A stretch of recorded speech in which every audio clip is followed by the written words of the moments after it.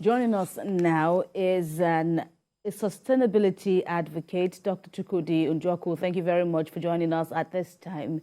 In terms of the state of the environment right now and why a day as Earth Day is needed, what are your thoughts about this subject? Thank you very much for having me, Kemi. Yeah, so like you mentioned already, Earth Day is a day to reflect as humans on our on how the activities we do on Earth here impacts on the Earth system in itself. It's a day for everybody to reflect on this because the Earth is designed in such a way to accommodate human beings. It's designed in such a way to make us live and thrive and survive as human beings. So it's not a time to shift blame on organizations, on governments, or shift responsibilities on governments, on organizations, on individuals. I think it's time for everybody, for every human being here on Earth to reflect on his or her action and how they impact on the Earth system.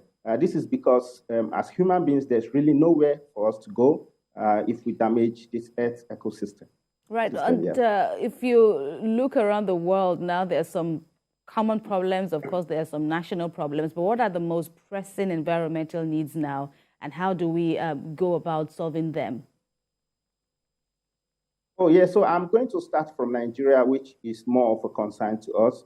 A pressing environmental concern for Nigeria is the recurrent flooding which we have every year. Sometimes they get so bad that we have lots of loss of lives and livelihoods. Another pressing issue for Nigeria, which is, of course, as a result of climate change, is the problem of desertification, which is leading to droughts especially in the northern parts of the country.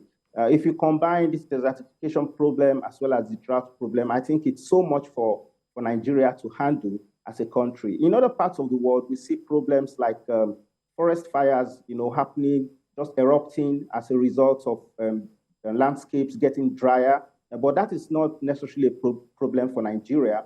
For Nigeria, majorly, we have issues like flooding, issues like desertification and drought. And these issues are, leading to other problems which are related to climate change. Like we have conflicts as a result of climate change, as a result of drought, as a result of desertification, because resources that should have been available for a large number of persons are reduced on a daily basis. So you have lesser resources and you have more people that have to manage with these little resources. So this scarcity is one problem that climate change is causing as a result of desertification. You also have lots of people displaced from their homes as a result of flooding. And this also leads to conflict. This leads to loss of lives and livelihoods. And these are direct impacts that we're feeling as Nigerians. And we see these things happening over and over again every year. So, so those are some of the issues as regards to Nigeria. And how do we make a difference this time around, talking about the recurring climate issues in Nigeria,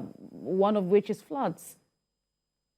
Yes, so there are different ways we could make a difference. And I think that is why we have the theme of this year's Earth Day as Invest in Our Planet.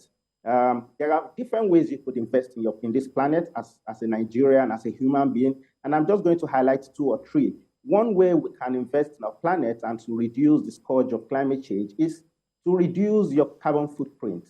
So you can reduce your carbon footprint as a Nigerian by using non-motorized transport systems, by walking and cycling to your offices, to your homes, to your worship places. That way you reduce the volume of carbon emission that would have emanated from the vehicle you would have used to those places. You can also use digital tools for writing, instead of using papers, because the more papers you use, the more trees that have to be cut down. Also, it's also important to note that you shouldn't cut the tree. Don't cut that tree. But if you have to cut the tree, then you can plant another. You can plant trees in your neighborhoods, in your compounds, plant flowers in your homes, and in your business places. And also, another basic thing which people may not be aware of is the fact that they shouldn't concretize all the surfaces in their homes or in their workplaces. Don't concretize places when you're building. This way, you would allow for more percolation of water, more seepage of water into the soil, and reduce the emission of radiation back into the atmosphere, which goes ahead to warm the atmosphere. There are different ways. You can also reduce your use of single-use plastics. You know, these nylons we get when we go shopping in the market or in the mall, because the more nylons you collect, the more you're going to degrade the environment. These nylons take 100 years to decompose, and they also go ahead to block our drainages and all that, leading to flooding and all other environmental issues. So reduce the use of single-use plastics. And we've also seen countries like Kenya, like Zimbabwe, and even more recently, the United Kingdom, banning single-use plastics because of the impacts they have on the environment. So as an individual, Nigeria has not banned single-use plastics. We hope that will happen soon, but then you can go a very long way to reduce your usage of it. And then people can also switch to renewable energy sources. I'm excited when I see homes with solar panels on top of them, or even in local communities when I see small solar panels on the roofs, you know, collecting energy which they use in their homes. You know, I think this is something we could encourage more. The government can also help by reducing the taxes on solar products so that more people can adopt this renewable energy source.